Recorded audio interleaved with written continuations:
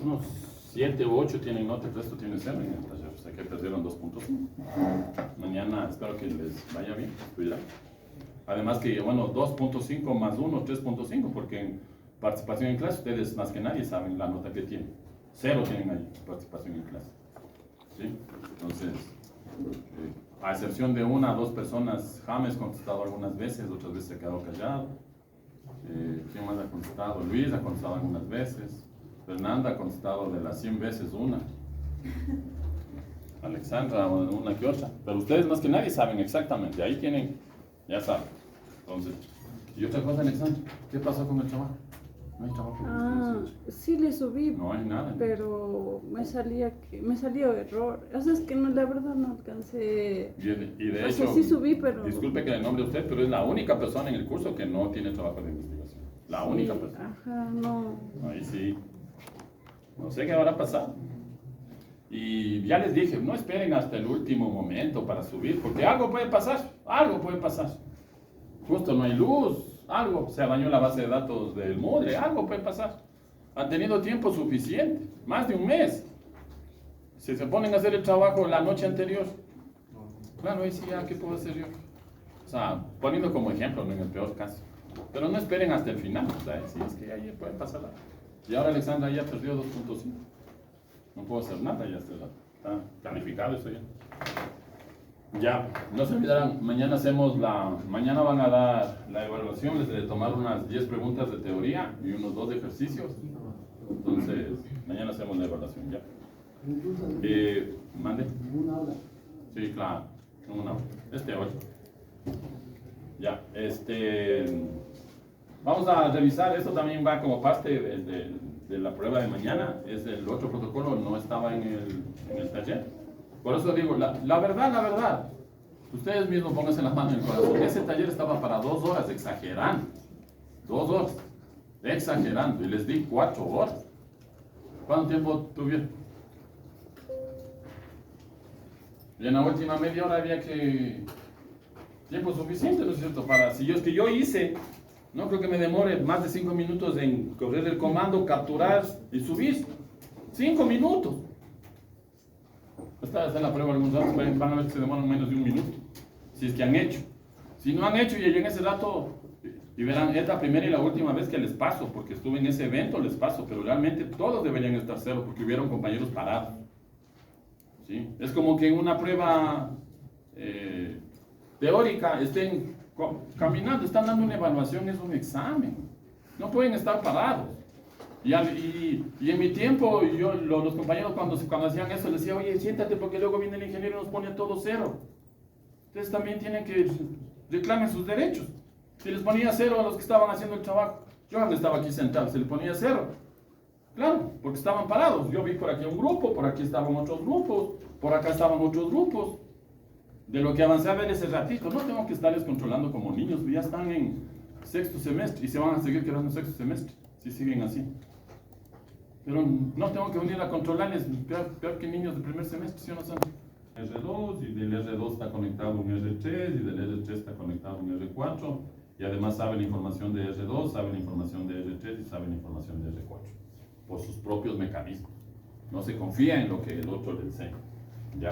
Entonces, y esto es algo fundamental en las redes actuales, o sea, para poder implementar las tecnologías que actualmente utilizamos en las redes, es fundamental que el router conozca el mapa completo de la red.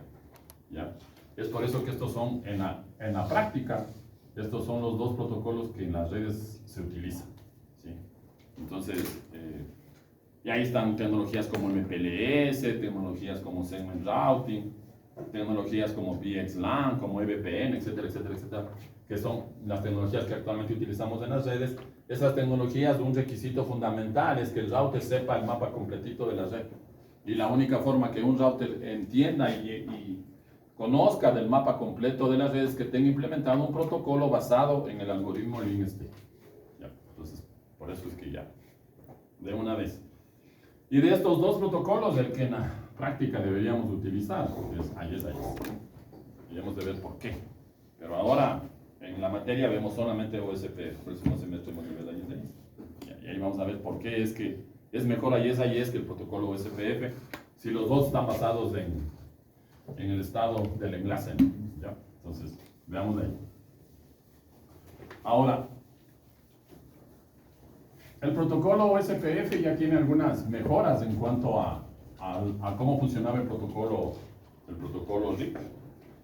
Y lo primero es que ya no maneja solamente una tabla como lo hacía RIP, que manejaba la tabla de rutas, sino aquí hay 3 tablas. Cuando me refiero a 3 tablas, me refiero a 3 bases de datos, 3 espacios de la memoria RAM, ¿sí? Es por eso que el protocolo OSPF consume más recursos que el protocolo RIP. El protocolo RIP es muy simple, ¿ya? El protocolo OSPF, y de hecho, de aquí en adelante no. OSPF, AES, REIGRP y BGP, que son los 4 protocolos que nos faltan por revisar, esos 4 protocolos ya manejan todos 3 tablas. Solamente el protocolo RIP maneja una tabla. Entonces, ¿qué tablas maneja el protocolo OSPF? Primero, la tabla de vecinos. O sea, ahora sí, antes de empezar a intercambiar información, digamos que yo tengo el router 1 conectado directamente al router 2 y conectado por aquí el router 3, este es router 1, este es router 2 y este es router 3. ¿Qué pasaba en el protocolo RIP? Calculaba, él tenía su tabla de rutas y cada 30 segundos le enviaba R2 y cada 30 segundos R2 le enviaba R1, ¿no? Cada 30 segundos R1 le enviaba R3 su tabla de rutas y cada 30 segundos R3 le enviaba R2 su tabla de rutas, así funcionaba. Pero no es que el router RIP sabe que al lado hay un vecino, ¿no? O sea, él ni siquiera sabe, él lo que hace es enviar la información, esperando que al otro lado haya un router que entienda la información que le está enviando. Entonces, por eso es que decíamos que realmente es un protocolo extremadamente simple y extremadamente problemático, porque eso puede provocar que al otro lado no esté un router, esté un hacker robándose esa información y ya sepa exactamente cómo está toda la red si estuviéramos RIP. Ya. En el caso del protocolo OSPF, antes de intercambiar información, lo primero es que se establece una relación de vecindad. O sea, este equipo primero se presenta con el R2 y el R2 se presenta con el R1. Igualito, ¿no? R1 se presenta con el R3 y el R3 se presenta con el R1. Entonces, antes de enviar cualquier información, primerito se establece una relación de vecindad. Y para eso, los routers tienen un parámetro de configuración que es el identificador en el dominio de OSPF que se conoce como el router ID. ¿Ya? Esa es una identificación, es un parámetro que se tiene que configurar en los protocolos o en los routers que vamos a configurar OSPF. ¿Ya? El router ID, piensen que es la cédula de identidad, el código que se le asignó, eso es el router ID. En el caso del protocolo OSPF es un valor de 32 bits. En el formato de una dirección IP, no es una dirección IP de las interfaces. ¿Sí? Es un valor de 32 bits que está en el formato de una dirección IP. Por ejemplo, un router ID podría ser, no sé qué se me ocurre, 192.168.10.9, ya, ahí está. Ese es el router ID. Es un valor de 32 bits que está en formato de una dirección IP. O, por ejemplo, se me ocurre 1.1.1.1, ¿ya? O, no, ¿qué se me ocurre? 5.6.7.8. Lo único que debe cumplir es que el router ID debe ser un valor de 32 bits separados por puntos, como que fuera una dirección IP. Pero no tiene nada que ver con las direcciones IP de las interfaces, acordaránse de eso, es un valor ahí de 32 bits. Y en el caso de OSPF, este valor de 32 bits es tanto para OSPF versión 2, que es para IP versión 4. Esto es IP versión 4. O para OSPF versión 3, que es para IP versión 6. ¿Ya? O sea, en los dos casos, ya sea que utilice OSPF con IP versión 4 o OSPF con IP versión 6, el router ID es un valor de 32 bits. Cuidado, se vayan aquí a confundir y a suponer que como OSPF versión 3 transporta información de IP versión 6, el router ID también es un valor de 128 bits. No tiene nada que ver. Acordaránse de eso. ¿Ya?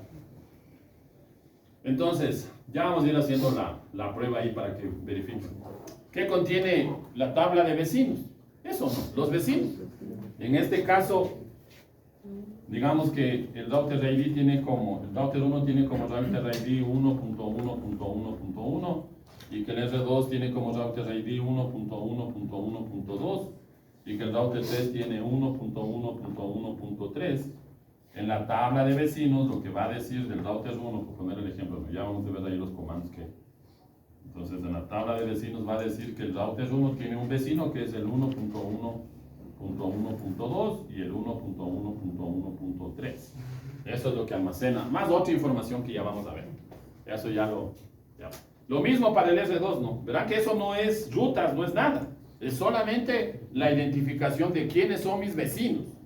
¿Sí? ¿Quiénes son mis vecinos? Y a mis vecinos son a los que les voy a empezar a preguntar cosas.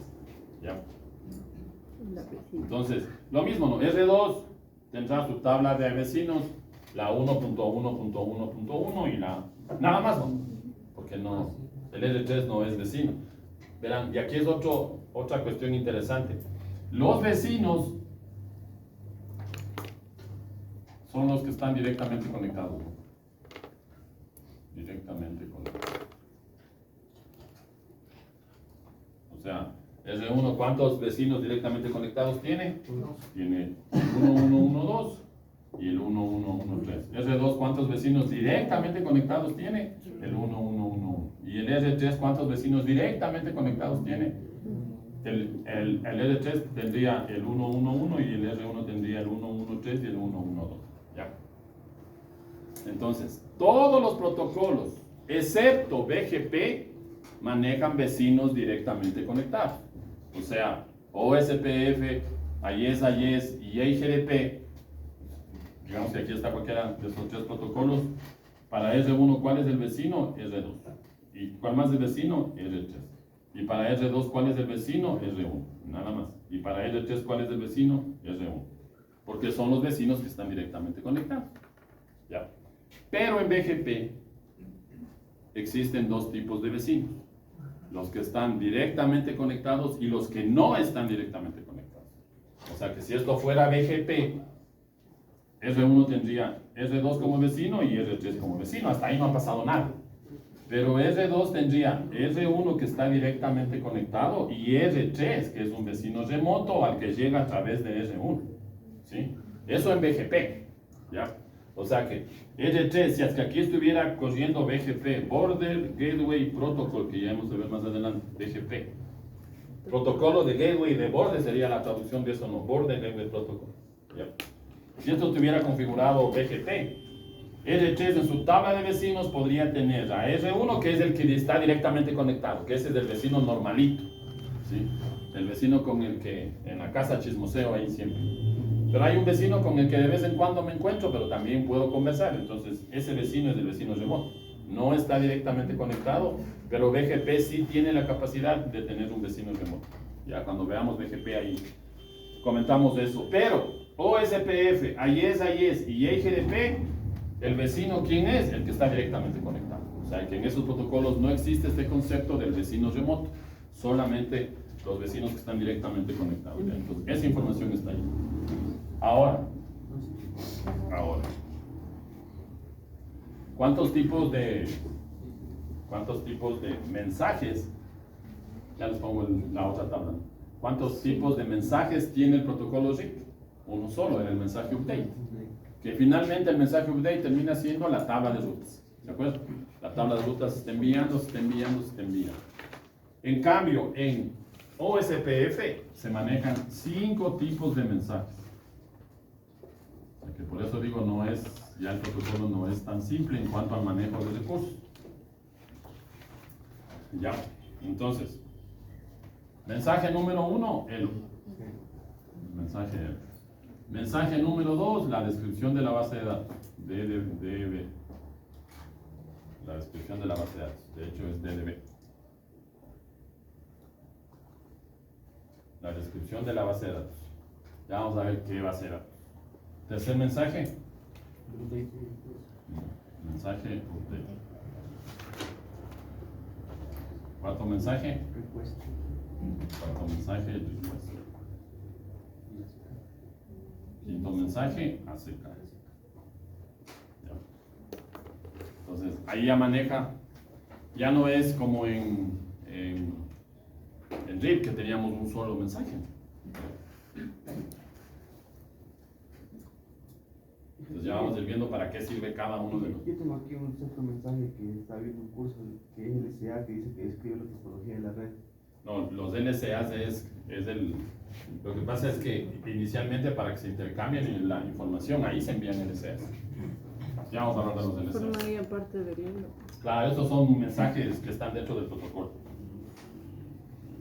De hecho, lo que realmente se envía es una descripción de la base de datos de los LSAs, después de que ya la red llega a la convergencia.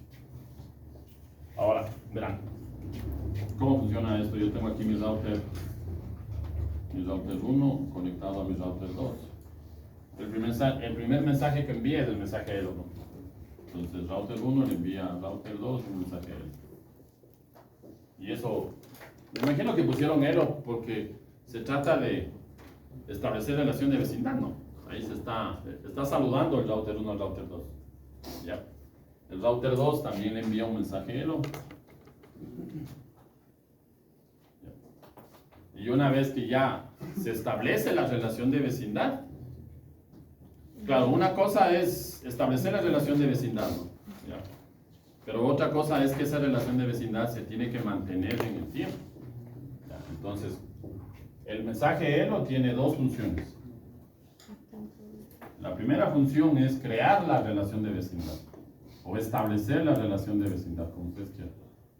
Hace un establecimiento de la relación de vecindad. El router 1 se presenta, yo soy el router 1, ya hemos de ver qué parámetros lleva adicionalmente. El router 2 se presenta y esa información es almacenada en su tabla de vecinos. Pero después se tiene que mantener esa relación de vecindad, entonces tiene que haber un envío. La otra función es mantener la relación de vecindad. ¿Cómo se mantiene la relación de vecindad? Enviándose mensajes de Elo de manera periódica. ¿Sí? Entonces, la primera vez le digo hola, me responde y ya nos conocemos. Yo ya sé que al otro lado está router 2 y él sabe que yo soy router 1. Pero después, para mantener esa relación de vecindad, se tienen que enviar mensajes periódicamente, este tipo de mensajes. ¿Ya? Ese tiempo o esa periodicidad del envío de los mensajes Elo depende del tipo de red que estemos utilizando. En OSPF se han definido básicamente dos tipos de redes. Las redes punto a punto y las redes punto multipunto.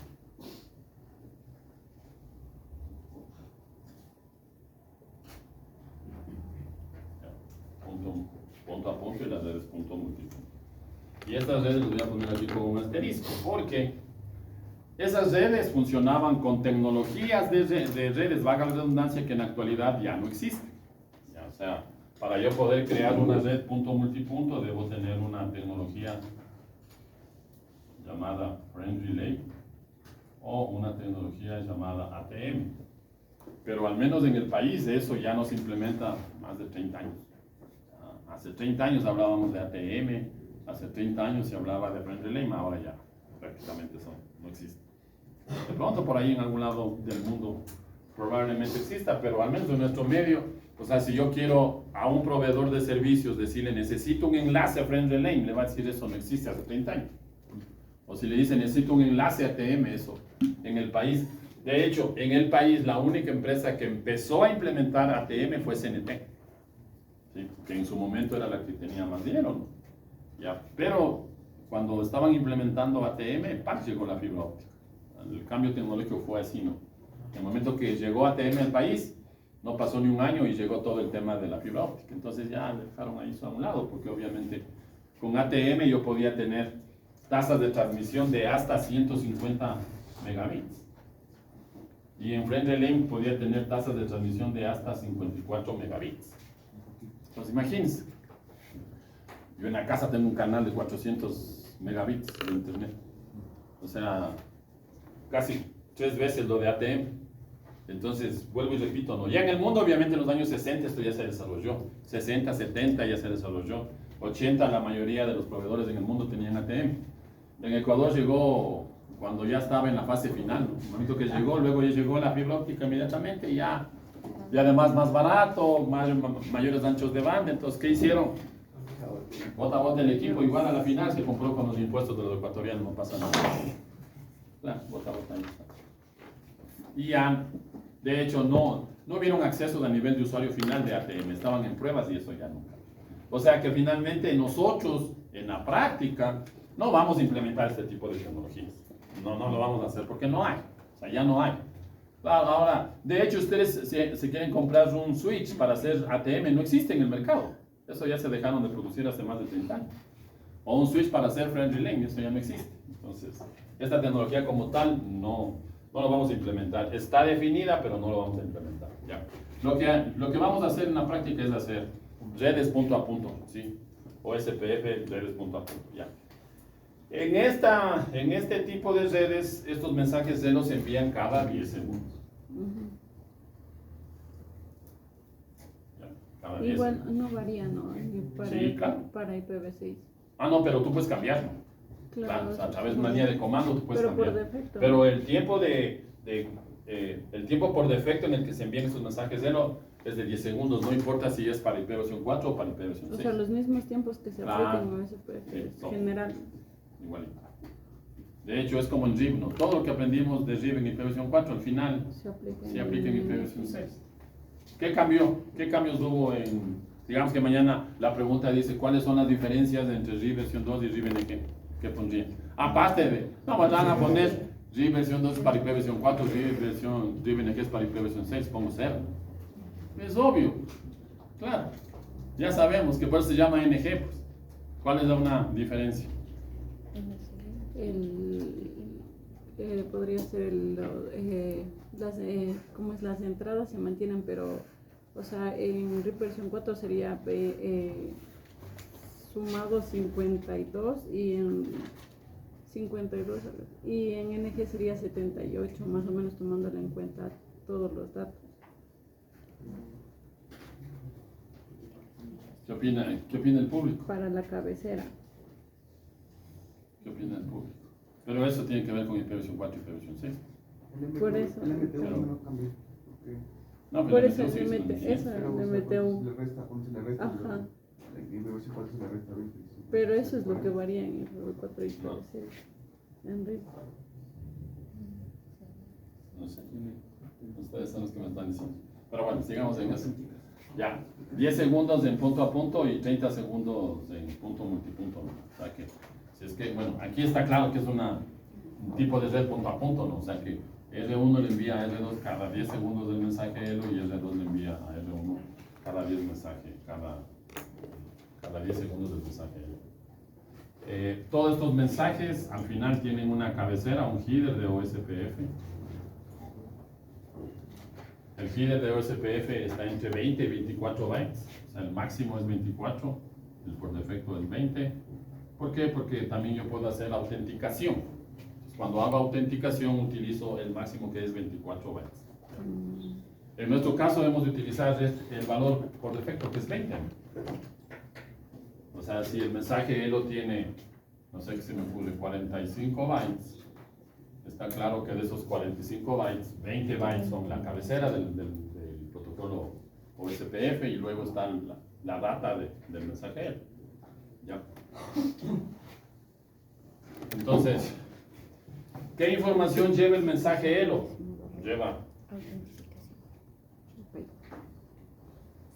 Lleva 4 cosas básicamente. Primero, el router ID. O sea, el mensaje ELO debe llevar el router ID.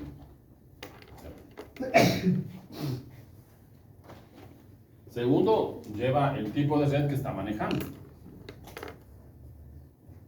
Él dice, yo estoy configurado dentro de una red punto a punto. Ya, el network type. Luego lleva el tiempo en el que envía los mensajes él, que es el ELO time, o ELO timer, como lo quieres llamar. Temporizador del mensaje él.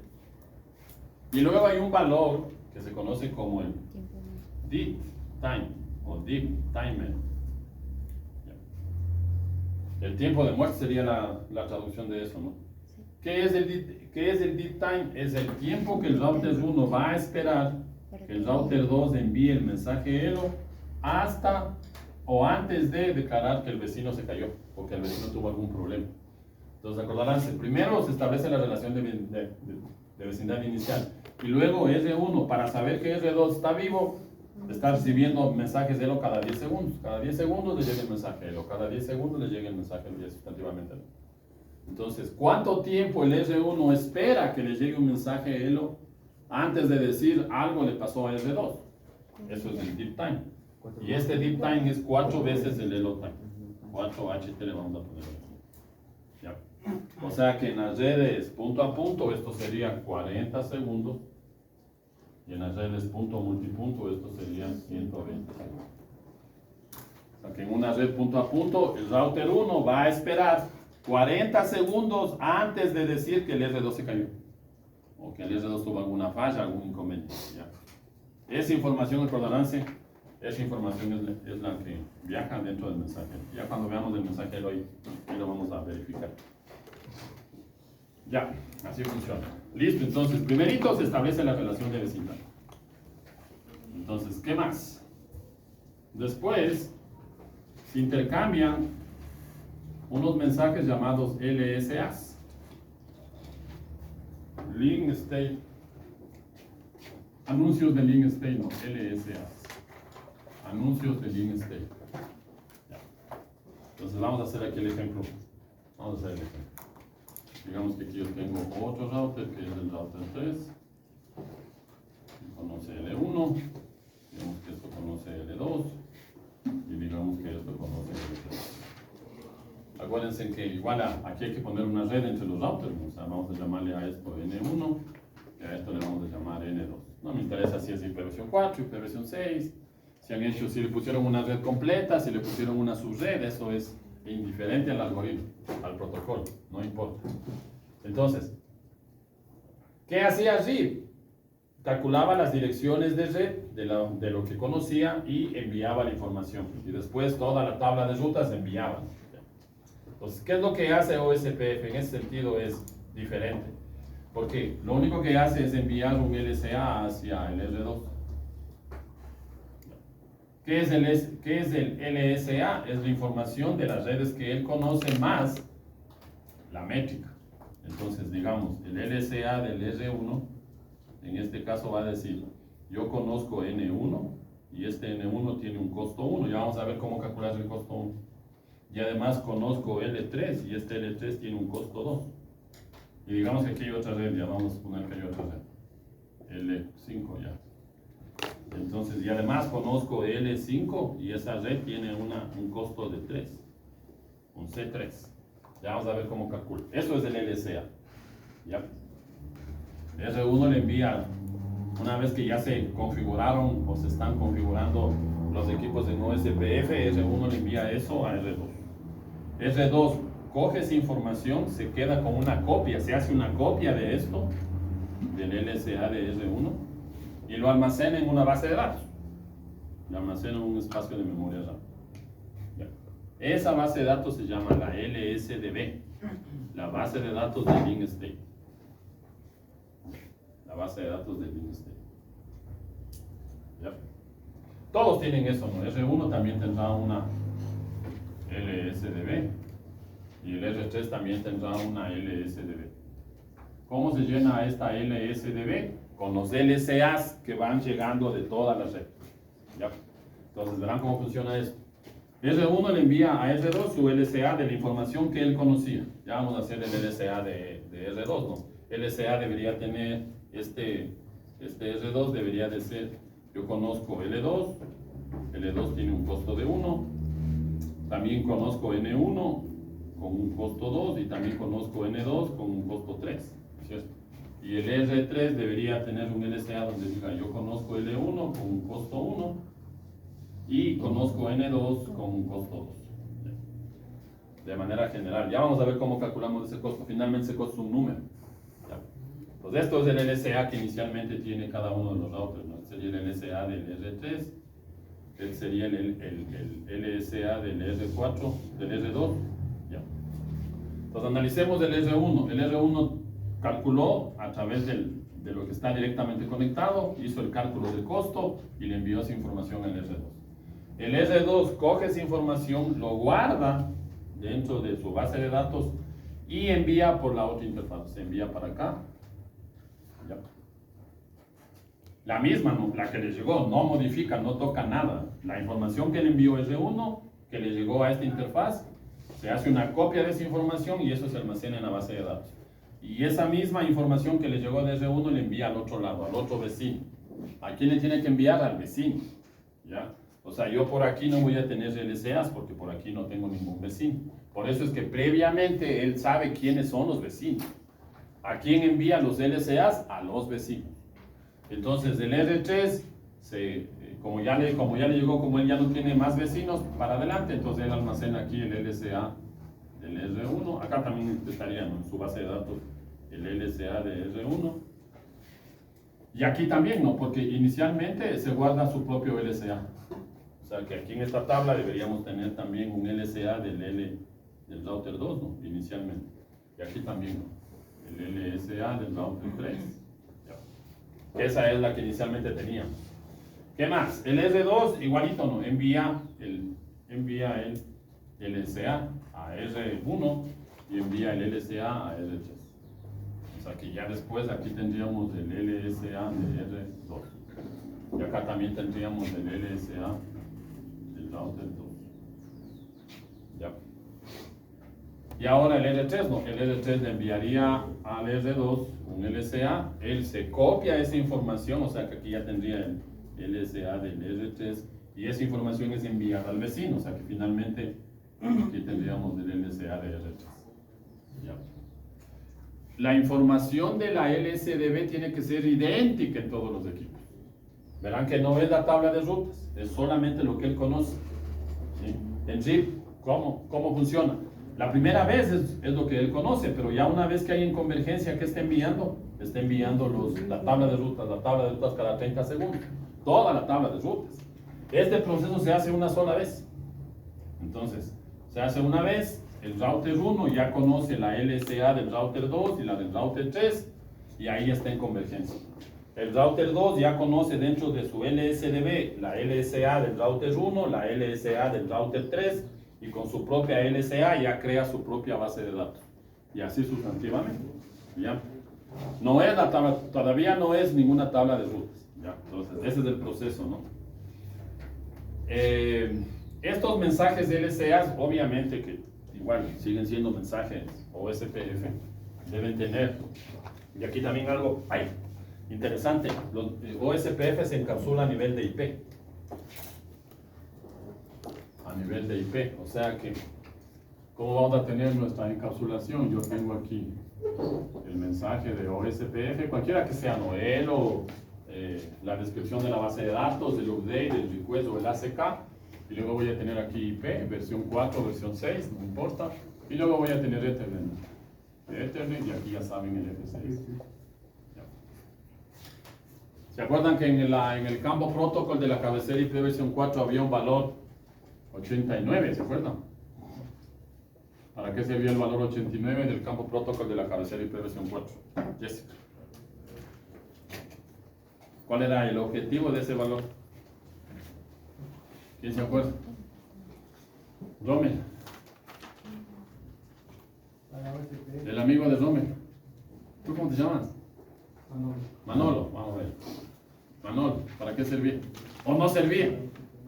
Puede ser, no sirve, claro. Alison.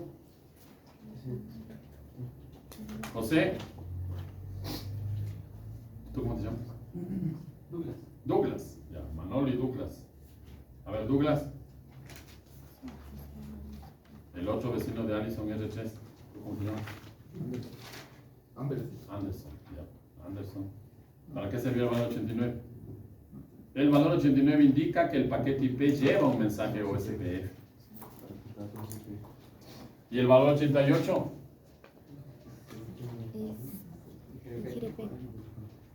Es GRP. O sea, si yo veo con el analizador de protocolos, por eso es que usamos siempre Wireshark. Ustedes en la vida real y en la vida profesional van a usar todo el tiempo WhatsApp. Cuando ustedes vean en el WhatsApp, en el campo protocolo 89, sin ver nada más, esto está llevando algún mensaje del protocolo OSP. Ya. ¿Y 188? Ya. Alison, ¿qué valor debo ver ahí en el campo protocolo de la cabecera IP para llegar a concluir que está llevando un mensaje del protocolo RIP? ¿Qué valor debería haber en el campo 89 OSP? Ya está claro, ¿no? 89 OSP. 88 EIGDP. La pregunta es, ¿qué valor debería estar aquí para decir yo que está llevando RIP? ¿Cuál? Anderson, Douglas, Manolo. Vamos con Fernanda, a venir. Fernanda, ¿qué valor? No, no es, tú mismo dijiste, no es 16, dice, no, no es 17. Aquí tiene que estar el valor 17. ¿Por qué tiene que estar el valor 17? Porque acuérdense que el protocolo RIP se encapsula en UDP, en la capa de transporte, en UDP. Y entonces, ¿qué valor del campo protocolo debe tener para que el transporte desde UDP? 17. Fernanda, no era 16. Te falta un hito. ¿Ya? ¿Y si es BGP? 6. 6 BGP. ¿Por qué? Porque BGP se encapsula en TCP. TCP es. Ya está ahí nomás, porque si les explico de ahí se van a confundir. No, dejémoslo ahí en ahí. Ya, esos 4 valores de acordancia. 89 OSPF, 88 IGDP, 17 RIB y 6 DGP. Una pregunta. Dime. ¿OSP puede encapsular en TCP y UDP? Perdón. TCP y UDP, OSP puede encapsular. No. Llega hasta IP. Hasta ahí llega. No sube hasta la capa de transporte. Se queda en la capa IP. ¿Por qué por qué BGP y por qué RIP tienen 17 y 6? Porque tanto RIP como BGP llegan hasta la capa de transporte. ¿Sí está claro? Ya. De hecho, acuérdense que aquí en RIP era el puerto 520, ¿se acuerdan? Para IP versión 4 y 521 para RIP NG. El puerto 520 y el puerto 521 de UDP. Y en cambio aquí, una vez les explico, es el puerto 179. El puerto 179 de TCP indica que lo que va transportando es BGP, algún mensaje de BGP. De hecho, vamos a ver ahí que son 4 mensajes. Ya, entonces, acordaránse de esto. Ya se creó la base de datos de los link state. Ahora con 3 no, pero ya depende, ¿no? Por acá 4, 5, los routers que sean. De hecho, ¿se acuerdan que en RIP había el número máximo de saltos? Que era 15. Yo no podía tener una red RIP a más de 15 saltos. En OSPF no hay un límite de routers. Yo puedo tener los routers que yo quiera. O sea, yo puedo tener una red con 10.000 routers trabajando en OSPF. Pero claro, ¿cuál sería el problema de tener una red tan grande como una red con 10.000 routers? Que estos espacios de memoria van a ser enormes. Vamos a requerir demasiada memoria RAM.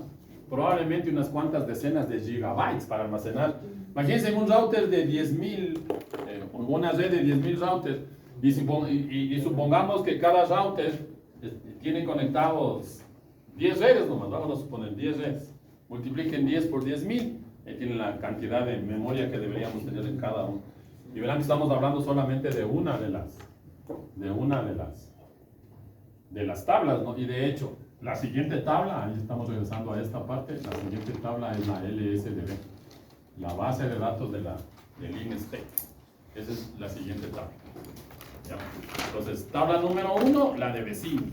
¿Cómo construye la tabla de vecinos? Presentándose, primerito, no, enviando un mensaje ELO y después enviando periódicamente mensajes ELO para mantener la relación de vecindad. ¿Ya?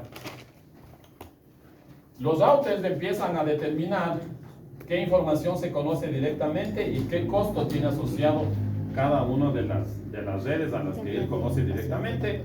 Eso lo almacena dentro de un mensaje llamado LSA. Entonces, veamos. El costo. Vamos a ver. El costo. El costo en OSPF se calcula como 10 elevado a la 8 sobre el ancho de banda de la interfaz. megabits por segundo. Ya.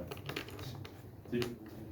Entonces, 10 elevado a la 8 es 100 millones dividido para el ancho de banda de la interfaz. O sea, digamos que esta interfaz es de 50 megabits, por ejemplo. Vamos a suponer que el ancho de banda de esta interfaz es de 50 megabits, de este enlace. ¿Cuál sería el costo aquí? Está claro que es 2, ¿no? Sí. El costo sería 2, ahí. Digamos que eso es 50 megabits. Entonces, 100 millones dividido para 50 millones, me da 2, obviamente. Entonces, si es que este canal de comunicación fuera de 50 megabits, el costo, ¿cuánto valdría? 2. Digamos que este canal fuera de 10 megabits, vamos a suponer que esta red LAN 3, que no nos interesa ahora si es hiperversión 4, hiperversión 6, esto es un canal de comunicación de 10 megabits. Entonces ahí el costo, ¿cuánto valdría? 10, ¿no es cierto? 100 millones dividido para 10 millones. Y digamos que la LAN 5 está conectado a través de un canal de 100 megabits. Entonces, ¿cuál sería el costo? 1. Listo. Pero supongamos que el enlace entre el R2 y el R3 es un canal de 1000 megabits. ¿Cuál sería el costo? Divida 100 millones para 1000 millones. ¿Cuánto me da eso? 0.1. O sea que aquí el costo sería 0,1. Eso no existe. 0,1 sería 0. Cero. Ya, o sea que eso no existe. Entonces, por defecto, inicialmente, cualquier ancho de banda de interfaz mayor a 100 megabits tiene un costo de 1. O sea, si yo tengo un ancho de banda de 150 megabits, ¿cuánto vale el costo ahí? 1. ¿Sí? En todo ancho de banda menor a 100 megabits se utiliza la fórmula. Y en todo ancho de banda mayor a 100 megabits se configura automáticamente, o el algoritmo lo pone automáticamente como 1. ¿Ya? ¿Sí está claro? Entonces ya saben de dónde salió el costo, ¿no? Sería menor igual. Menor o igual, sí, menor o igual. Ahora, el problema se da en el siguiente caso, ¿no? Ahí en esa red lineal no pasa nada. Pero el problema se da en el siguiente caso. Digamos que yo tengo esto de aquí. Digamos que tengo una topología así. Y me interesa llegar desde 1, R2, R3, R4. Digamos que esto es del E1 y esto es del E2. Ya. Y entonces esto es 100 megabits, esto es 100 megabits, y esto de aquí es 1000 megabits, y esto es 1000 megabits. Si no hago absolutamente nada, o si el que configura no es un ingeniero, ¿qué le va a pasar a la red? El router va a asumir que son caminos iguales. Porque aquí, ¿cuánto vale el costo? 1. ¿Cuánto vale el costo aquí? 1. ¿Cuánto vale el costo aquí? 1. ¿Y cuánto vale el costo aquí? 1, porque 1000 es mayor que 100. Y dijimos que cualquier ancho de banda mayor a 100 tiene un costo de 1. Entonces, desde el punto de vista de R1 para llegar a L2, ¿ya? Entonces, ¿cuánto sería? Por aquí sería 2, por aquí la métrica sería 2, y por aquí la métrica sería 2. ¿Qué es lo que hace el router automáticamente? SMP. O sea, múltiples caminos de costos iguales. ¿Sí? Porque por un camino tiene un costo de 2 y por el otro camino tiene un costo de 2. Eso, así es como actúa el protocolo de enrutamiento. Pero para nosotros, ¿qué camino es mejor? Para el ingeniero que está a cargo de la red, ¿qué camino es mejor? Está claro que es el por R3, ¿no? Por aquí tiene 1000 megabits, o sea, tiene 10 veces el ancho de banda del canal entre el R1 y R2. No puede ser mejor camino el de arriba, obviamente. Es imposible que sea. Y verán que estamos hablando de 1000. Actualmente tenemos tasas de transmisión de 800.000. Imagínense en eso. Digamos que no es 1000. Vamos a suponer que Diosito ha querido que en la empresa haya plata y se han comprado un canal de 40.000. Que eso ahora es natural, ahora es básico. Nosotros aquí en el data center tenemos un equipo que trabaja con puertos de 40.000. 40 gigas ahí. Pues corro yo ahí OSPF, ¿cuánto es el costo? 1, ¿no? Porque 40.000 es mayor que 100, pues, obviamente. Si no hago nada, ¿cuánto le pone el costo, Samia? 1. O sea que por aquí el camino tiene una métrica de 2 y por acá tiene una métrica de 2. Cuando vean, aquí estamos hablando de 400 veces mayor que este canal de acá arriba, ¿no? O sea, esto sería una locura. Uno ve esto y ya sabe que el que hizo fue alguien que no aprendió redes. Puede ser ingeniero, pero no tiene la más mínima idea de lo que se trata. Claro. Vean, no es 1000, ya vamos a suponer que no es 1000. El gerente le dice, ingeniera Jessica, le vamos a dar dinero para que se compre canales de 40.000. Pero la ingeniera, como sí aprendió, dice, pero el mejor camino es el de abajo. No voy a dejar que se pase por aquí, ¿no?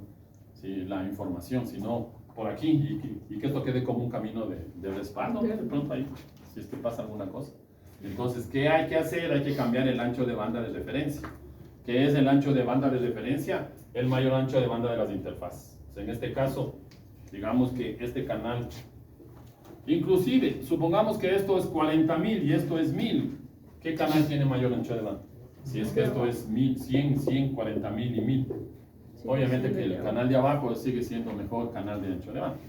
Entonces, en escenarios como estos, el costo se transforma al ancho de banda de referencia. Acordarán que el ancho de banda de referencia es el mayor ancho de banda de la red, ¿no? En este caso, ¿cuál sería el mayor ancho de banda? 40.000. Ya, 40.000. ¿Por qué es el mayor? 40.000, 1000, 100 y 100. ¿Cuál es el mayor? 40.000. Ese se convierte en el ancho de banda de referencia. Todos los fabricantes tienen un comando para cambiar el ancho de banda de referencia. Por defecto, ¿cuál es el ancho de banda de referencia? 100 megabits. Este es el ancho de banda de referencia, 100 megabits. ¿Ya? Entonces eso está preconfigurado en todos los fabricantes. ¿Y por qué 100 megabits? Porque este protocolo se estandarizó por los años 90, 1990 más o menos. Aquí estamos hablando de que tiene más de 30 años. Es más, antes, 1980, ya voy a ver, no me acuerdo exactamente la fecha. Lo que sí me acuerdo es quién fue el que creó el SFC, se llama John Moy, que fue uno de los que desarrolló el protocolo OSPF en Cisco. ¿Ya? Entonces, más de 30 años está trabajando el protocolo, sin muchos cambios realmente. Ha habido unas actualizaciones, pero no han sido cambios de fondo. Entonces, hace más de 30 años, 35 años, tener un canal de 100 megabits era realmente un canal muy grande. Ha pasado el tiempo, ha cambiado la tecnología y ahora 100 megabits. Imagínense en una empresa con un canal de 100 megabits. Creo que en el medio no existe. Y en Riobamba, una ciudad chiquita de un país pequeño en Latinoamérica. Imagínense en Europa, en Estados Unidos, en Australia. O sea, tener una conexión corporativa. Tener una conexión corporativa. La Politécnica tiene un canal de comunicación de 4 gigas. 4 gigas de internet tenemos dentro de la Politécnica. O sea, así internet. Ya. O sea, 4.000 megabits. Ya. Listo, entonces, acordarán de esa partecita, cómo se calcula. Y ya luego hemos de ver que eso también se puede cambiar el costo, ¿no? Ahí a través de un comando se puede cambiar el costo. Ya. Entonces, listo. Ya quedó claro cómo se calcula el costo. Ahora, los routers finalmente ya tienen esta LSDB. La siguiente tabla es la tabla de rutas, obviamente. Entonces, tabla número 3, la tabla de rutas. ¿Cómo calcula la tabla de rutas cada router? Pues acuérdense, el router 1, luego de haber hecho todo el envío de los LCAs y de haber recibido los LCAs de todos los vecinos, finalmente, ¿qué tiene? Tiene una base de datos con todos los LCAs de la red, todos de los que corresponden. ¿Ya? Esta base de datos se envía al algoritmo SPM, primer camino más corto, que finalmente es un software, es un programa donde está implementado el algoritmo SPF. Que, bueno, no es tan simple, ¿no? Ahí ustedes en internet pueden buscar el algoritmo SPF y van a encontrar ahí todos los pasos del algoritmo SPF. Entonces, eso está programado dentro de los routers, de todos los fabricantes. ¿Sí? Y como resultado de que se le pasó la base de datos, acordarán que esta base de datos, ¿cómo se llama? LSDB. Como resultado de haber ingresado la LSDB, ¿qué contiene? Contiene LCAs, y de una vez aquí les digo, Existen 10 tipos de LCAs. ¿Ya? A nosotros los que nos interesa son los LCAs de tipo 1.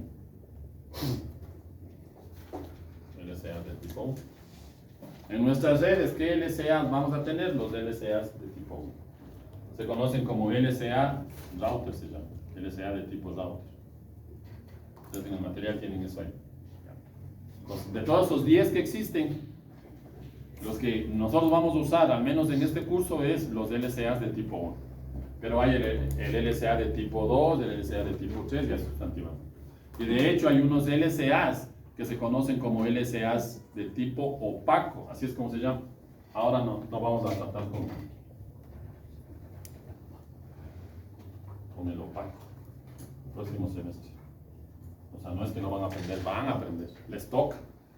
Porque MPLS utiliza eso. Claro, los LCAs de tipo opaco. Entonces, esto donde utilizamos en una tecnología que se llama MPLS. De la que nace Segment Routing MPLS y termina derivando en Segment Routing versión 6. Esos son los 3 últimos temas del próximo semestre. Eso es de verdad. Eso sí es de verdad. Esto es de juguete. Finalmente. Pero para que puedan hacer MPLS necesitan tener OSPF. O sea que si no se entiende cómo funciona OSPF, luego cómo vamos a entender MPLS. MPLS es la tecnología que actualmente tienen absolutamente todos los ISPs en el mundo. Y dentro del mundo incluido Ecuador. O sea que todos nuestros ISPs utilizan MPLS. Y para que pueda funcionar MPLS utilizan OSPF o AES. Entonces hay que entender cómo funciona el algoritmo como tal. Entonces, ¿qué resulta del SPF? Resulta el árbol de rutas más cortas. De aquí sale un SPF tree. Es un árbol de las rutas a todos los destinos. Eso es lo que resulta de esto. Donde la raíz de ese árbol es el router que está calculándolo. Si es en el router 1, el router 1 será la raíz. Si es en el router 2, el router 2 será la raíz. Y así no sustantivamente. Cada router cree que él es la raíz de la red. Porque así funciona el algoritmo. Entonces ahí está la raíz y ahí se van calculando el árbol de rutas a los diferentes destinos, ¿no? A los diferentes destinos, con sus costos y ese tipo de cosas. Vamos a dejar así. ¿Ya? Ahí, entonces, ese es el resultado. ¿Ya? Si aquí, vamos a suponer, tengo dos formas, digamos que este destino es del destino 1 y este destino también es del destino 1 y el costo del destino para llegar al destino 1 es 10 y el costo para llegar al destino 1 es 10. O sea, si tengo dos rutas al mismo destino con el mismo costo, estas dos rutas se van a la tabla de rutas y se hace SMP, porque tengo dos rutas con el mismo costo. Si digamos que por aquí tengo, por este camino, ¿no? Por este camino tengo una métrica de 15 y por el otro camino tengo una métrica de 10. ¿Cuál se va a la tabla de rutas? El de menor camino, el de menor costo. O sea, sería el de 10. ¿Ya? Pero aquí hay un problemita que tienen los protocolos basados en Lean State. Este otro camino no es que se guarda. Este camino ya no me sirvió. ¿Cuál utilizo? El de menor costo. ¿Y el otro camino que hago? Nada. Como está en memoria RAM, eso se pierde. ¿Qué pasa si este camino de menor costo, por alguna situación, no puedo alcanzar? Tiene que volver a hacer nuevamente todo el cálculo, ¿no? Tiene que volver a hacer la inundación de LCAs, volver a recolectar esos LCAs dentro de una LSDB, y luego esa LSDB pasarle al SPF, y del SPF calcular el árbol, y de ahí ya tener el árbol de las rutas más cortas, ¿ya? Es esa ruta que no se vio, no se elimina, se queda ahí en la RAM. Claro, pero no son utilizadas, no se guardan como rutas de backup. ¿Ya? Como si lo hace el protocolo EGP. ¿Se acuerdan? No sé cómo Enrique lo pone como ruta inválida. No, es que no es una ruta inválida, es una ruta del segundo mejor costo. No es una ruta inválida. Una ruta inválida es una ruta por la que llegabas a un router y el router ya no te envió la tabla de rutas. Esa es una ruta inválida. En cambio, es una ruta válida, pero tiene un mayor costo. Como tiene el mayor costo, ya no le tomen cuenta. ¿Ya? Ahora, veamos esta parte del otro mensaje. Digamos que la red ya está en convergencia. Acordarán ese concepto de la convergencia, ¿no? La convergencia es el estado de la red en la que todos los routers tienen toda la información idéntica. Acordaránse que ahora en OSPF no es que sea la tabla de ruta, sino ahora hablamos de la LSDB. ¿Ya? Y aquí tengo la LSDB. ¿Ya? Entonces, imagínense que esta LSDB tiene 10.000 LSAs, igual que la otra, ¿no? 10.000 LSAs. Entonces, imagínense la cantidad de consumo que tendríamos en el canal si yo tengo que enviar 10.000 LSAs de acá para acá y 10.000 LSAs. Vamos a suponer que esto tiene 50.000 LSAs. Y este de acá también tiene 50.000 LSAs. Recordarán que el contenido de la LSDB se conoce como los LSAs. ¿Ya? En el protocolo OSPF. En el protocolo IES se conocen como LSPs, pero es lo mismo, solamente cambia el nombre. En OSPF, anuncio de link state. En IES, paquete de link state. Pero al final, el contenido sigue siendo el mismo. Entonces, imagínense la cantidad de información que deberíamos enviar por este enlace. Entonces, ¿qué es lo que se hace? Para eso se utiliza el paquete DVD, paquete de descripción de la base de datos. Entonces, periódicamente, lo que hace es decir, yo tengo, o sea, esta descripción es un summary, es un resumen. Es un resumen de la LSDB. ¿Qué es lo que va ahí? ¿Cuántos LSAs tengo? ¿No? El número de LSAs. ¿Qué más va? El número de revisión. En principio va a ser otra información adicional, pero esos son los dos campos que me interesan. ¿Qué es el número de revisión? Tengo una LSDB, cuando recién cargó la red, cuando recién hubo convergencia, tenía la revisión número 1. ¿Ya? Después se eliminaron algunos prefijos, tuve la revisión número 2. Luego se añadieron más redes en la red en general, más prefijos, ahora tengo una revisión 3. Eso es el número de revisión. ¿Qué tan actualizada está mi LSDB? Entonces, este mensaje DVD lo que envía es, yo tengo aquí 50.000 LSAs y además mi base de datos tiene la revisión 3. ¿Ya? No envío todos los LSAs, solamente envío un resumen de lo que yo tengo.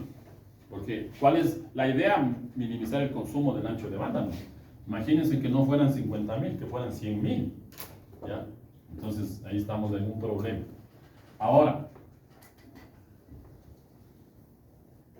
verán que son LSAs, no estamos hablando de rutas. No hablamos de rutas, hablamos de LSAs que se recolectó en toda la red. Y aquí puede que finalmente tengamos tal vez 20.000 rutas o 10.000 rutas o lo que sea. De hecho, los protocolos IGPs, de una vez, ¿se acuerdan de los IGPs? Interior Gateway Protocol. ¿Que son cuáles? RIP, OSPF, EGDP y IES. Los protocolos de IGP pueden manejar como máximo 30.000 rutas, no más. Ese es el número máximo de rutas que podría manejar el protocolo, 30.000 rutas, no puede manejar más. ¿Qué pasa si necesitamos 30.001 rutas? Ya no puede el IGP. El IGP ya no puede hacer absolutamente nada porque no puede, es un límite. Entonces, ¿qué pasa si necesito 30.001 rutas? Debería utilizar un protocolo que sí tenga la capacidad de almacenar o de trabajar con más de 30.000 rutas. Y el único protocolo que puede trabajar con más de 30.000 rutas es BGP. O sea que si en mi escenario tengo 50.000 rutas, la única opción que me queda que es BGP. No puedo hacer otra cosa que utilizar BGP. Entonces, aquí estamos hablando de 50.000 LSAs, el contenido de la LSDB, que luego pasará al otro router para que entre al algoritmo SPF, y el algoritmo SPF calcule las rutas, y las de mejor costo se van a la tabla de rutas. O las de igual costo se van a la tabla de rutas. ¿Ya? Entonces, no envío los 50.000 LSAs completos, sino envío un resumen. Valga la redundancia. En resumen, el número de LSAs que yo llevo y la revisión, qué tan actualizada está mi LSDB. Entonces, digamos que él dice, yo tengo en cambio 49.500 41.500 LCAs y tengo la misma revisión, pero yo tengo 41.500. Entonces él se da cuenta que le hace falta, o más bien, él se da cuenta que él tiene 50.000 y él tiene solamente 41.500. No pueden estar en convergencia. ¿Qué necesitan? Él debería también tener 50.000, ¿no? Para estar en convergencia. Okay. Esto no es, sino que digamos que él tiene 49.5 mil. Ya. Entonces, ¿qué tiene que hacer el R2? Porque, ¿a cuál le falta? Al R2. Porque el R1 tiene 50K y el otro tiene 49.5K. ¿A quién le falta? Al R2. ¿Qué tiene que hacer el R2? Enviar pásame esa información que yo no tengo para poder estar sincronizado. Entonces, ¿qué es lo que hace, Johan? ¿Qué mensaje envía? El mensaje UD. Entonces, él lo que envía es un mensaje. Envía un mensaje UD. Solicitando los LCAs que le faltan al otro lado. ¿Con qué responde Luis?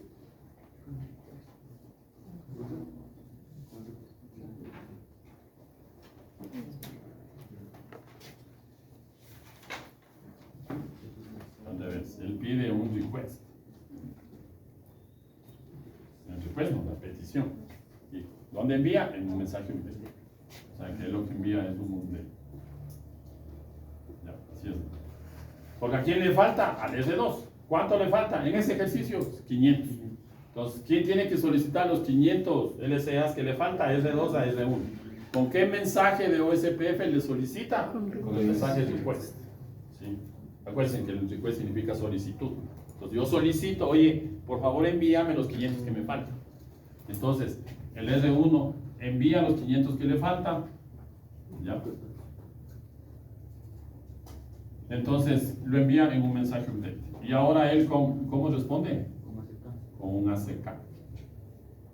Ese ACK es la confirmación de que la información que envió R1 le llegó al otro lado sin ningún problema. ¿Sí está claro? Ya, así funciona. ¿Qué más? ¿Qué tenemos?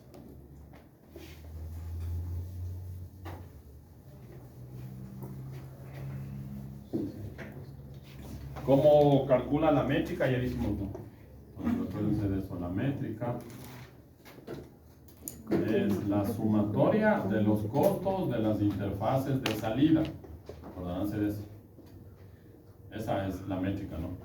Sumatoria de los costos de las interfaces de salida. O sea, digamos que yo quiero llegar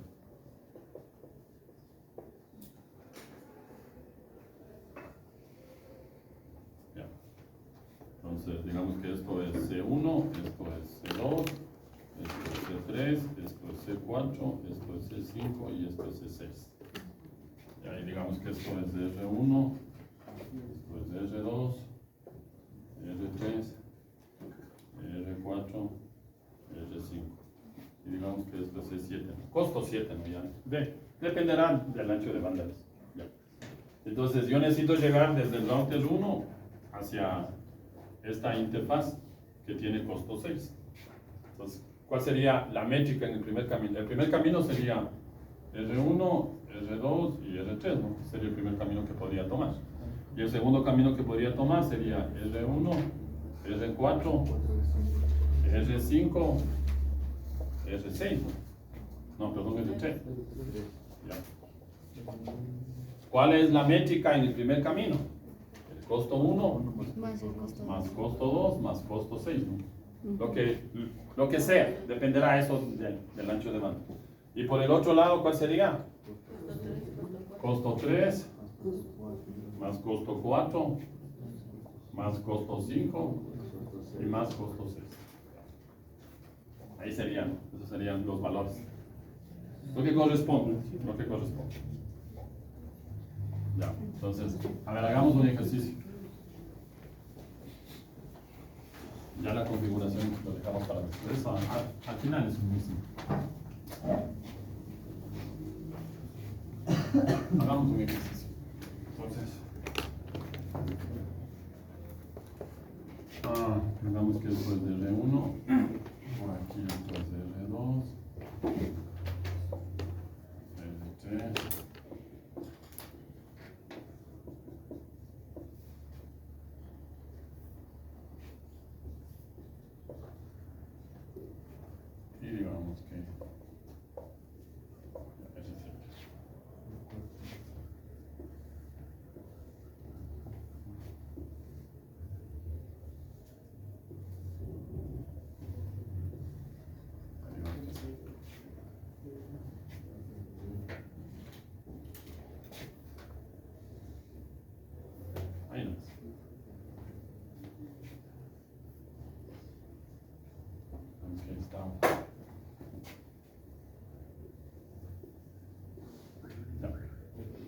Entonces, digamos que esto es 100 megabits, esto es 100 megabits, esto es 20 megabits, esto es 50 megabits, esto es 25 megabits, esto es 50, esto es 100,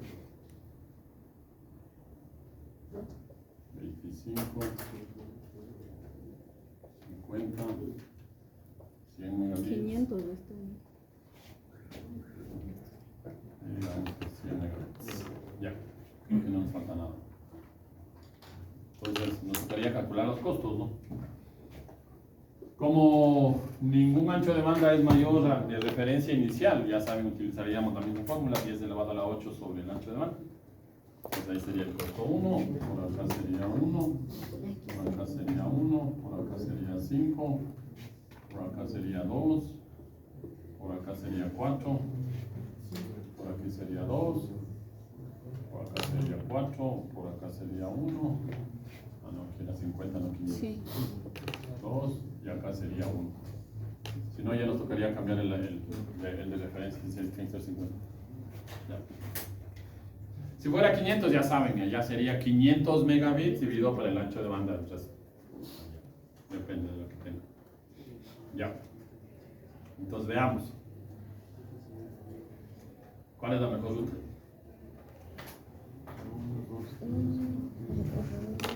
Está clara que es la de arriba, ¿no? A ver.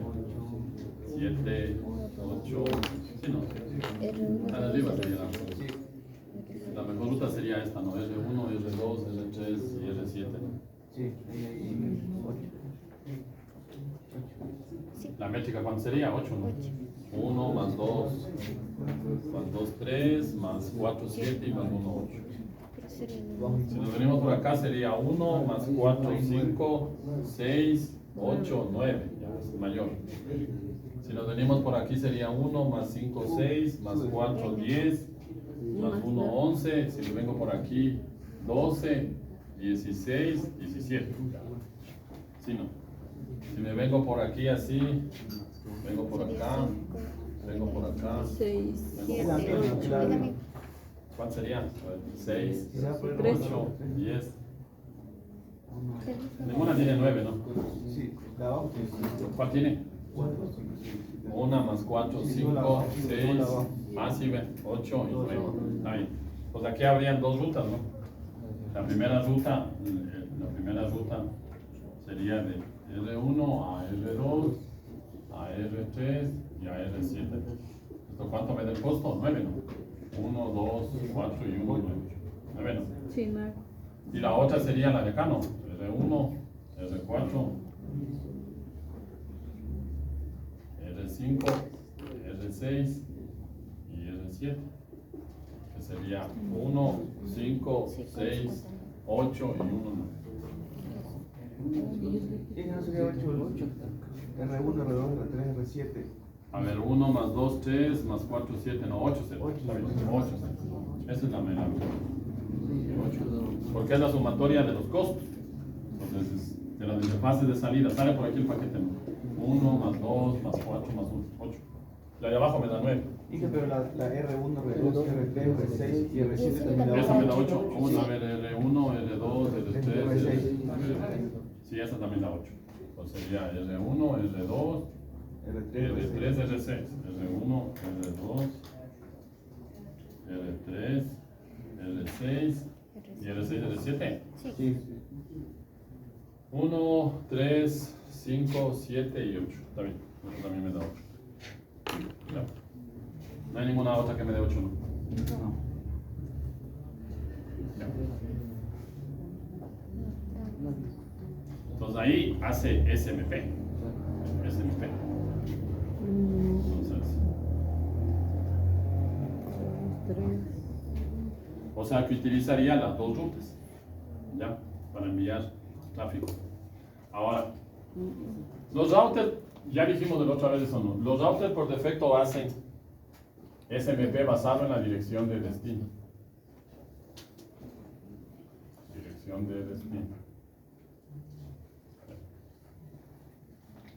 Entonces, si yo tuviera este escenario, así como está, una computadora aquí y otra computadora allá, ya. Ya. Ahí no hay balanceo de carga, porque hay un solo destino dentro de la misma red. ¿Ya? Ahí tengo, no sé, digamos que esto es 192, 168, 10.90/24. ¿Ya? Entonces, cuando el router 1 necesita pasar el tráfico allá, él calcula la dirección de red. La dirección de red, ¿cuál sería? 192, 168, 10.0/24. O sea, es un destino dentro de la red. El siguiente paquete, ¿a dónde va? A la misma dirección de red. Entonces, ¿por dónde debe enviar? Utilizaría una sola ruta, porque no hay otro destino.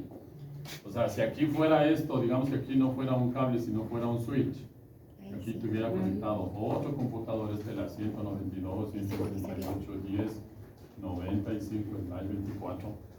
¿Ya? Ahí, cuando este computador se vaya al primer destino, va por un camino. Cuando va al segundo destino, va por el segundo camino. ¿Ya? Digamos que hubiera un tercer destino, ya. Digamos que aquí hubiera un tercer servidor en 192, 168, 10, 96. ¿Ya? Ya. Entonces, desde el punto de vista de R1, ¿cuántos destinos tengo en la misma red? 3 destinos.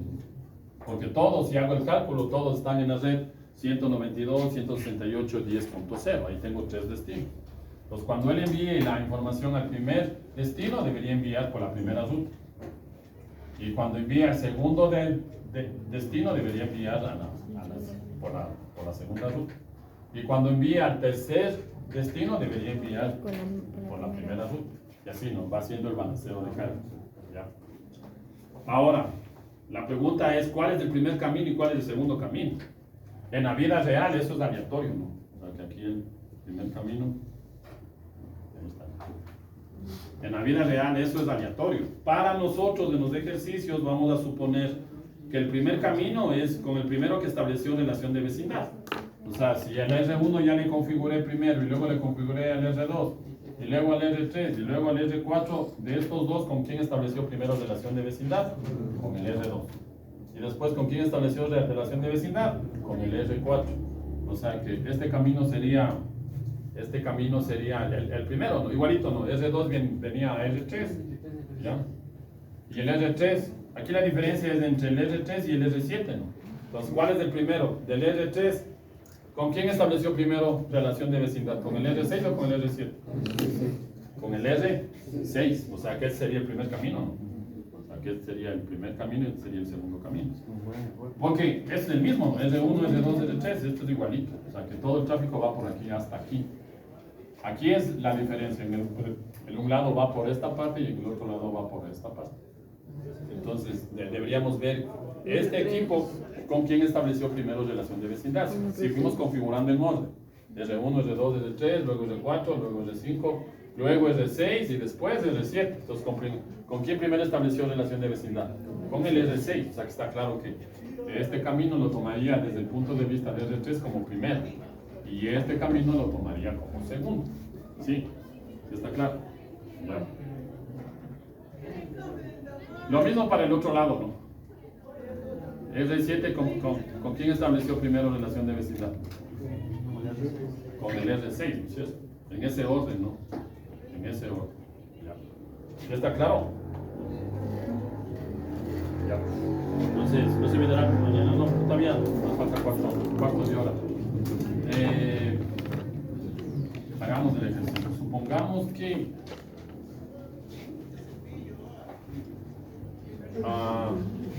digamos que esto es del PC1 ya.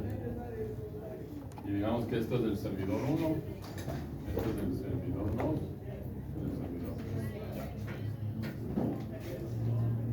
3. Entonces, digamos que entre el PC1 y el servidor 1 deberían enviarse, o se van a enviar 50 PDUs desde el PC1 hacia el servidor 1. Y desde el servidor 1 al PC1 se envían 200 PDUs. El protocolo que corresponda, ¿no? Eso no nos interesa. Ya. Ahora vamos con el servidor PC1 al servidor 2. Digamos que él envía 80 PDUs. Y el servidor 2 le responde con 150 PDU. Y el PC1 con el servidor 3. Digamos que envían 120 PDU. Y el servidor 3 responde al PC1 con, digamos que 300 PDU. Vamos a poner estos datos. Entonces la pregunta es, ¿cuántos PDUs hay sobre en el enlace R3R7 y en el enlace R3R6? O sea, yo quiero saber aquí y aquí. No, y de hecho, vamos a ver, digamos que la pregunta es, ¿cuántos PDUs existen en R2, R3? ¿Qué más? En R3, R7 y en R3, R6. Ya, vamos a ver eso. Digamos eso de ahí. Ya, entonces ya dijimos que la primera ruta era la de abajo, ¿no? R1, R2, R3, R6 era, ¿no? Sí. Ya. Por el orden en los que se configuraron. La siguiente ruta ya, sería la de arriba, ¿no? ¿Por qué? Porque acuérdense nuevamente, R3 primero estableció una relación de vecindad con R6 y después estableció una relación de vecindad con R7. Porque se va configurando en orden. De hecho, deberíamos en la vida real configurar en orden, porque si no, imagínense en una red grande. Nos hacemos ahí toda una mezcolanza de las cosas. Ya. Entonces, ¿cuántos PDUs hay? Vamos, el PC1 necesita enviar el tráfico al servidor 1. ¿Por dónde va? Por la ruta R1, R2, R2, R3, R3, R6 y R6, R7. O sea que aquí sería, veamos, ¿cuántos PDUs tenía que enviar? 50. 50, ¿no? 50. Ya. Más, veamos. El servidor tiene que responderle al mismo PC. ¿Por dónde responde? Desde el punto de vista de decirle también esa sería la primera ruta, ¿no? Ya. Entonces, R2, R3, ¿dónde estamos? R2, R3 viene de esta manera, viene acá y por aquí igualito. O sea, que aquí sería, ¿cuál sería? Sería 200, ¿no? Ya. ¿Qué más? A ver, R2, R3 es la parte de ahí realmente sería la suma de todo, ¿no? Sí, porque ahí pasa todo. Aquí sería más 80, Más 50. más 150, ¿no? Sí. Más 120 y más 300. ¿Por qué? Porque finalmente las dos rutas tienen este mismo camino, R2, R3. Todos pasan por ahí. O sea, todos pasan por aquí, ¿no? Tanto en irme al servidor como que el servidor me regrese el tráfico. Todos pasan por este enlace, ¿no? Porque la ruta es R1, R2, R2, R3, R1, R2, R2, R3. Claro, ahí sería todo, ¿no? ¿Cuál sería ahí? Bueno, ahí sería la suma, ¿no? A ver, 200, 400, 700, 900. Sí. 900, 900, o sea que en total aquí habría 900. Ya. Sí, no. Ahora, en el otro lado, en el R3R7, vamos a ir, el R3R7. Cuando el PC1 se conecta al servidor y le responde, se va por el camino de abajo, R6, R7. O sea que en R6, mira, R6, R3, R6. Sí. Está bien. No, es una referencia. 80 más. Sería, a ver, cuando el PC1 le envía el tráfico al servidor 1, ¿por dónde envía? Por la primera ruta, Sí. que sería R3, R6, R6, R7. Y aquí sería, aquí iría, ¿no? Ah, sí. Claro, sería 50 más 200, o sea, 250. Cuando el PC1 le envía el tráfico al servidor 1. Cuando el PC1 le envía el tráfico al servidor 2, No, por ahí no pasa. enviaría por el R3, R7, ¿no? O sea, sería 130, ¿no? Ahí sí. Sería 130, ¿está bien? Sí. Sí. 80 más, no, 230. 230, 180 más 150. R3, R7. Ya. Y cuando el PC1 le envía el tráfico al servidor 3, utilizaría otra vez el primer camino, que sería la suma de los dos, 120 más 300, 420. 420, sí. Sí, después uno sobre los 6 y los 7. Entonces esto sería 670. Sí. ¿Sí, no? en este camino, en este enlace, aquí ya dijimos que estaban todos los paquetes que se procesaban. ¿Ya? Digamos que el tamaño de este PDU es de, ¿qué se me ocurre? 100 bytes. Y el tamaño de este PDU es de 200 bytes.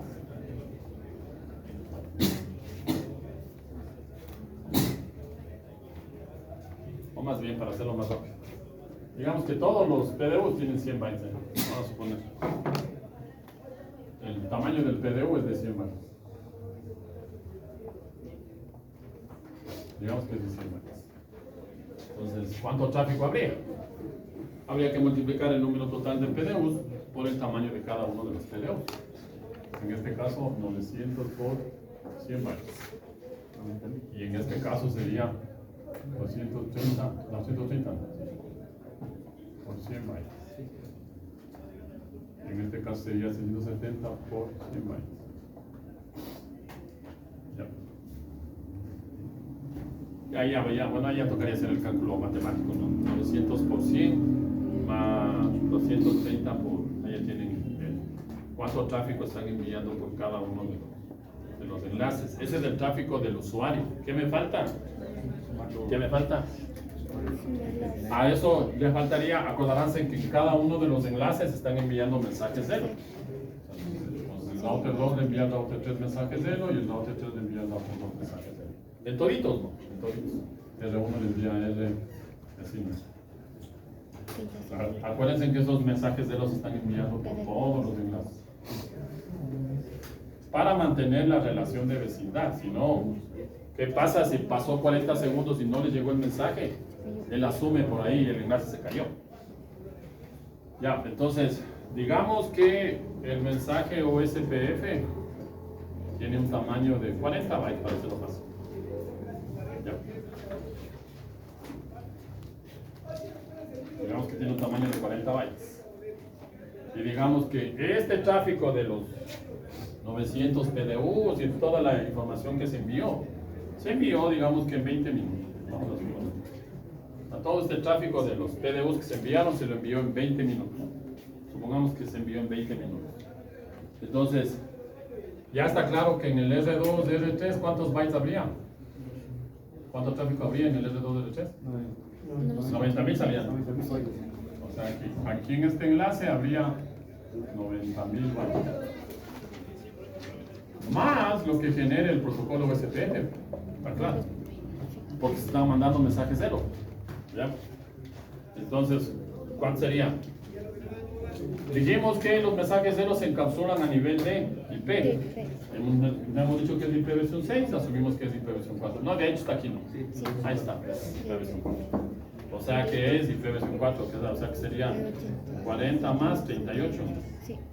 Sería 78 bytes. Cada mensaje Elo se mide a nivel de la capa de enlace de datos. Entonces, ¿por qué 38? ¿Dónde salió 38? 20 de la cabecera IP, 18 de la cabecera Ether. Entonces, 40 valía el mensaje Elo más 38, 78. O sea, cada vez que envía un mensaje Elo, se están enviando ¿cuántos bytes? 78 bytes. Entonces, la pregunta sería, en este tiempo que estamos haciendo el ejercicio en 20 minutos, ¿cuánto tráfico hay en cada uno de los enlaces? Deberíamos ser 78 multiplicado por 240. ¿Sí no? 240. Porque acuérdense, ¿en cada qué tiempo se envían los mensajes cero? Cada 10 segundos. Ya. En un minuto, ¿cuántos enviaríamos? 6 desde R2 a R3 y 6 desde R3 a R2. ¿A cuántos enviamos en un minuto? 2. ¿En cuántos minutos estamos haciendo el cálculo de lo que se envía el tráfico? En 20. 12 por 20. 240. 240. O sea que en ese tiempo de 20 minutos, en este enlace, en cada uno de los enlaces, ¿cuántas veces se enviaron? ¿Cuántos mensajes de los enviaron? 240. En el enlace como tal. Multiplicado por el tamaño de cada mensaje Elo, ¿cuánto me da eso? 18.720 bytes. O sea que sobre este enlace, ¿cuánto tráfico habría? 90.000 que envió los datos del usuario más 18.720 que acaba de enviar el protocolo. ¿Cuánto me da eso? ¿Cuánto sale, James? 90.000 más 18.720, 108.720, ¿no? Sí. O sea que 108.720 bytes habría en estos 20 minutos que estamos diciendo en este enlace. Y lo otro exactamente lo mismo. Aquí ¿cuánto sería? 670 por 100 y 230 por 100 más de este tamaño de...